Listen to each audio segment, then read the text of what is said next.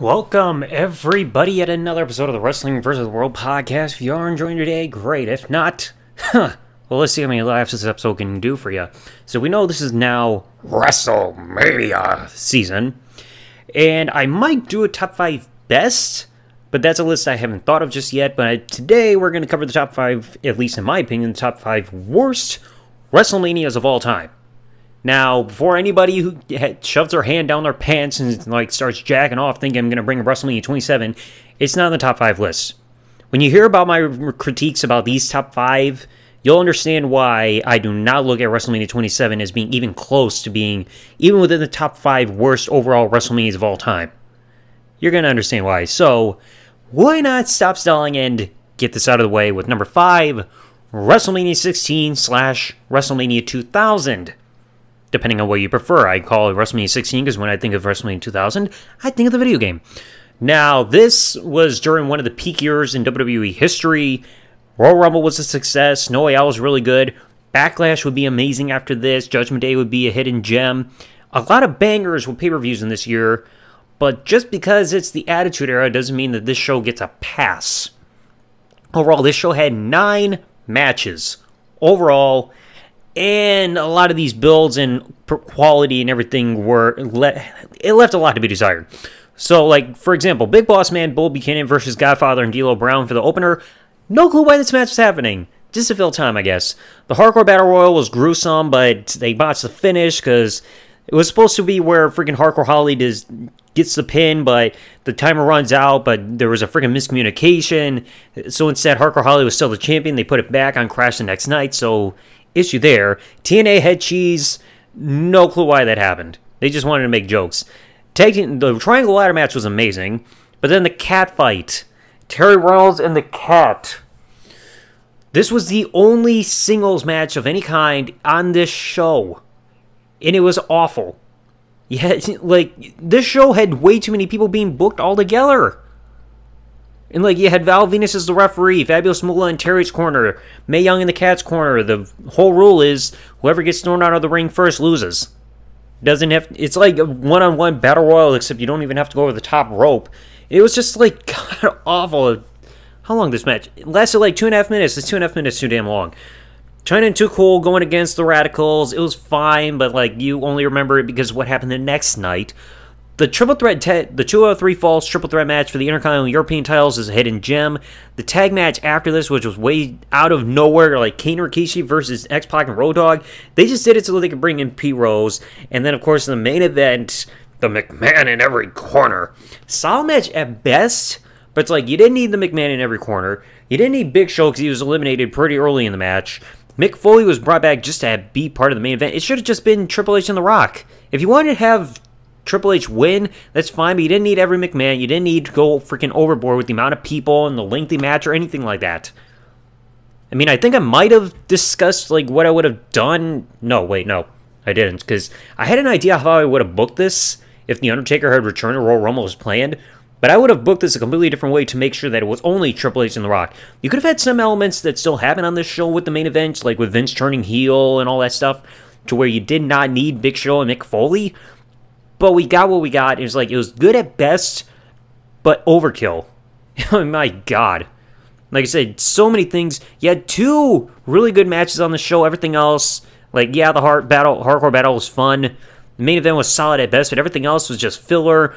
Builds you don't even remember at any point. I mean, like, even look at the main event. They kept swapping out the build to this main event. As I discussed in one of the episodes of the 3-part series on the podcast, saying that one moment it's like this match, like it's originally Triple H Big Show, then you had The Rock, then you had Mick Foley in a Fatal 4-Way elimination match. It's just like they kept changing it.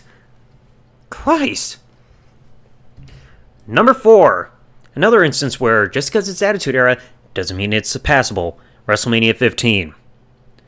1999, they give this the tagline of the Raging Climax. More like the tease that calls blue balls, because this show just left me flaccid. I mean, this show, excluding the 2 Heat matches, you had 10 matches overall, and a lot of things did not click. Like this, like, I've seen this show a few times, and it's just bad. opening triple threat hardcore match did not really work, mainly because of the hardcore champion at the time, Billy Gunn. hardcore elements were not in his favor. Road Dogg was more fit for the hardcore division compared to Billy Gunn of all people. It's like Hardcore Holly, Al Snow, Billy Gunn, you could forget about it. The tag match of freaking Owen and Jarrett versus D'Lo Brown and Test, that just happened because these two were the last two men in the #1 contenders battle royal for the tag team title shot on Heat. So it was like a heel teaming up with a face, and then you had his heel tag team just for whatever reason. And it was short. Pointless. The Brawl for All, you just remember how short it was and then killing Bart Gunn's career because he took one punch to the face by Butterbean. That was it. The Mankind Big Show match, it was pointless. I discussed this in Big Show's run from 99 to 2000. They would have a better match in a Boiler Room Brawl at Backlash the following pay-per-view. The Fatal 4-Way Elimination match for the Intercontinental title, Road Dogg defending against Goldass, a.k.a. Ass Dust, Ken Shamrock, and Val Venus. Nobody remembers this. At all. Kane and Triple H, it was alright at best. Like, this match, the only reason you remember is just because the whole elements of stuff involving China being with the corporation, and all of a sudden, oh, it's Triple H and Kane. Then China turning on Kane, realigning with Triple H, and we think, oh, the DX is back together.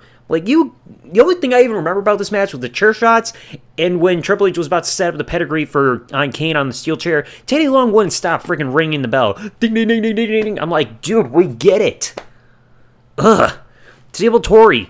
Awful women's championship match. Shane vs. X-Pac was a surprisingly hitting gem, solid match overall, and you see Triple H get involved. Pedigree X-Pac, he himself and China actually turned heel and joined the corporation. They pretty much kicked Kane out, fooled the fans into thinking DX was back, and Triple H and China joined the corporation. So now DX is down to X-Pac, Road Dogg, and Billy Gunn. Undertaker Big Boss Man. Just, need I say more just based on that reaction right there? In the main event, Stone Cold Rock, great match.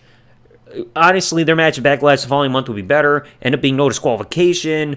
Mankind was special guest referee. They were bouncing back and forth between, is it Big Show's referee? Is it Mankind? Is it both? Instead, oh, let's have a match to determine who the special guest referee is. Like I said, great match, but they would have better matches than this afterwards. So, I mean, you didn't have a whole lot going on for the show. Like I said, like, you had really two watchable matches. Shane X-Pac was solid. Stone Cold Rock was great. Kane Triple H was Then everything else, headache-inducing. Number 3. It's efficient that quite good that I use the number 3 because it's a very relatable with the show. WrestleMania 2, which is held in 3 venues. My God. So this was all the way back in 1986. 3 venues. The first 4 matches, there were 12 matches overall. First 4 happened in the Nassau Coliseum. Next 4 was in the Rosemont Horizon. And the next 4 after that were in the Los Angeles Memorial Sports Arena. This show was honestly a 2-match show overall. The Magnificent Morocco versus Paul Orndorff, nobody remembers that. Savage Steel, you might kind of remember because Steel kind of had a thing for Miss Elizabeth. Jake Roberts, George Wells, I don't remember it. Mr. T. Roddy Piper, you only remember it just because it ended in freaking disqualification. It was a bad boxing match. Not one of the worst matches of all time, but still, boxing match on WrestleMania? Nah. Then the next 4, you had Fabulous Moolah and Velvet McIntyre not even lasting a minute and a half for the Women's Championship match after Velvet missed like some kind of dive off the top rope, and then Moolah rolled her over and pinned her. Ugh, pointless. Corporal Kirchner, rest in peace to him, who at the time of this recording just recently passed away, and Nikita Koloff only went 2 minutes in a flag match. Can people honestly recommend, like, that's the thing we see with flag matches, they're never great. Ever. You just go and collect your flag, oh, you win, you get to wave it, hooray, pride my ass. Andre the Giant win the Battle Royal for WWF versus NFL, And the rare spot that you see like a great match on the show was the British Bulldogs, Davey Boy Smith and Dynamite Kid versus the Dream Team, being Bruce Beefcake and Greg Valentine for the tag team titles. Hidden gem of a tag match. And then you get to the next matches. For the final one in the 3rd venue of Los Angeles Memorial Sports Arena, Steamboat Hercules Hernandez, I don't remember this match one bit. And that's saying something because Steamboat's known for pumping out great matches in his career. Adrian Adonis, Uncle Elmer, awful. Huss Funk and Terry Funk versus Junkyard Dog and Tito Santana, nobody remembers it. And you might remember the main event of Hogan Bundy, which was fine for a steel cage match. This would be the last steel cage match you'd see until 37 between freaking Braun Strowman and Shane. But other than that, what else did you have from the show? I mean, yeah, it was intriguing to have a whole concept where you had 3 different venues hosting matches for one entire show. But I can't remember who said this, but somebody brought up saying that the fans pretty much felt ripped off. You had one arena where you get 4 matches, then you got to watch the other 8 on a freaking screen for continuing the show instead of having everything there right in front of you. And it's almost as big a ripoff as freaking Raw 25. Was it? Yeah, Raw 25, just 25, just a few months, or yeah, a couple years ago, where you had some matches in the Manhattan Center and then whatever arena they were doing on, fans shouting, "We want refunds!" So fans got gypped. And that's kind of feels like what happened here. Number 2, a show I hope I do not have to rewatch or review. These top 2, I think everybody can picture right now what I'm talking about, because these 2 are the worst WrestleManias of all time. But number 2 for me, WrestleMania 9. Oh boy. The show, a terrible booking. One match that was supposed to happen on the show, Bam Bam Bigelow Kamala, scrapped due to time constraints. 9 matches overall, which includes the impromptu match, and so many things went wrong on the show. Tatanka Shawn Michaels for the Intercontinental Championship was a solid match, but it ended in countout. Nobody remembers that. A rare highlight for the show, Steiner Brothers versus Head Shrinkers, was pretty damn good. And it had a clean finish, thankfully. Doink Crush, poor match. Doink, brah, making kids cry, brah. You had the whole thing about like a freaking distraction from a fake Doink and then weapon usage with a prosthetic arm. Doink freaking wins. Razor Ramon, Bob Backlund, I have no clue why this match happened. Lasted less than 4 minutes just to give Razor Ramon a WrestleMania payday for his WrestleMania debut. He beat Backlund. Money Inc. versus Mega Maniacs for the tag titles. Iffy match. Ended, I think, was like a dusty finish for DQ because Money Inc. Like, it looked like Money Inc. lost. Freaking Mega Maniacs being Hogan and Beefcake, like, yeah, we won, but instead it's like, no, it ends disqualification, use freaking Beefcake's face mask as a weapon, so ding ding ding. Bullshit. Luger Perfect. This match was honestly a big disappointment because Perfect is also, just like I mentioned with freaking Ricky Steamboat from WrestleMania 2, he's known as having classic matches over his career, yet he could not even pull off a passable match with Luger. Did not click. I mean, Perfect would have better match at King of the Ring against Bret Hart. It's like, it just did not click with Luger, and the finish was just awful. Like, freaking, I think it was like a backslide on a Perfect, and then using the freaking ropes for leverage for the pin. Ugh, match did not click. Undertaker, Giant Gonzalez.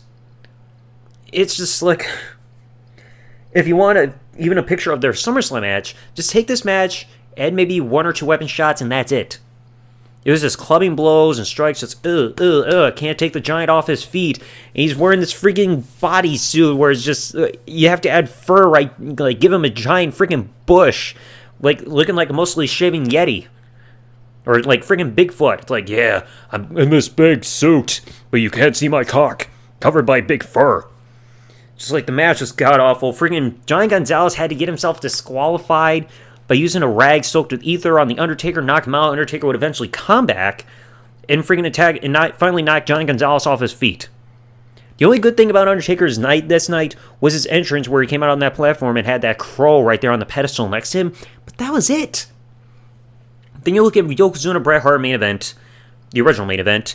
Solid match at best. I mean, they would do a slightly better WrestleMania 10, where freaking Yokozuna was in the sharpshooter, Bret had salt thrown in his eyes by Mr. Fuji, and Yokozuna got the pin right afterwards. So they had a heel winning in the main event of WrestleMania, which was, okay, they got to do something different. Then Hogan comes out, honor of Bret, friggin' avoids, like, gets an impromptu match for the title, avoids interference by Mr. Fuji, who tried to do the salt throwing thing again, so this time he had botched interference, gets in Yokozuna's eyes, friggin' Fuji's knocked out, clothesline or axe bomber or whatever move that freaking Hogan calls it, Yokozuna leg drop, new champion, because, we gotta send the crowd home happy, brother. It's just like you had so many screwy finishes on the show, and barely any matches were watchable. 2 matches at best. I mean, like I said, Intercontinental title match, and a via countout. Doink versus Crush, you had a distraction and weapon usage. Money Inc. Mega Maniacs, he had a dusty finish in disqualification. Lex Luger, Mr. Perfect, freaking Luger used the ropes for leverage for the pin. Undertaker, Giant Gonzalez ended via disqualification because, oh, you got to use a rag, use an ether. Really going to make your giant heel look freaking strong. Yokozuna, Bray had interference, and then Hogan, Yokozuna out of nowhere botched interference. So it's like they could not... just so many inconsistent conclusions for all these matches on the biggest show of the year.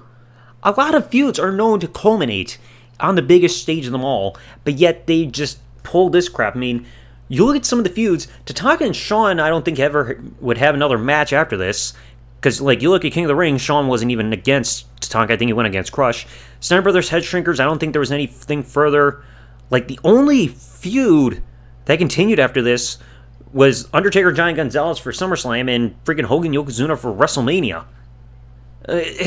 I mean, otherwise they either ended on house shows or freaking random TV shows. Like, I don't think any of these matches even had, or feuds had further matches even on freaking King of the Ring outside of Hogan, Yokozuna. It was awful. And now, number one, I reviewed this show, and it gives me nightmares. You know what I'm talking about. WrestleMania 11. Good God. This is the biggest disaster of a WrestleMania ever. This show makes WrestleMania 27 look like 17 in comparison. If you have not seen my video on my channel reviewing the show, I recommend it because, well, I had to torture myself to relive the show. I mean, the Allied Powers versus Blue Brothers tag match, pointless, botch, sloppy, horrible match.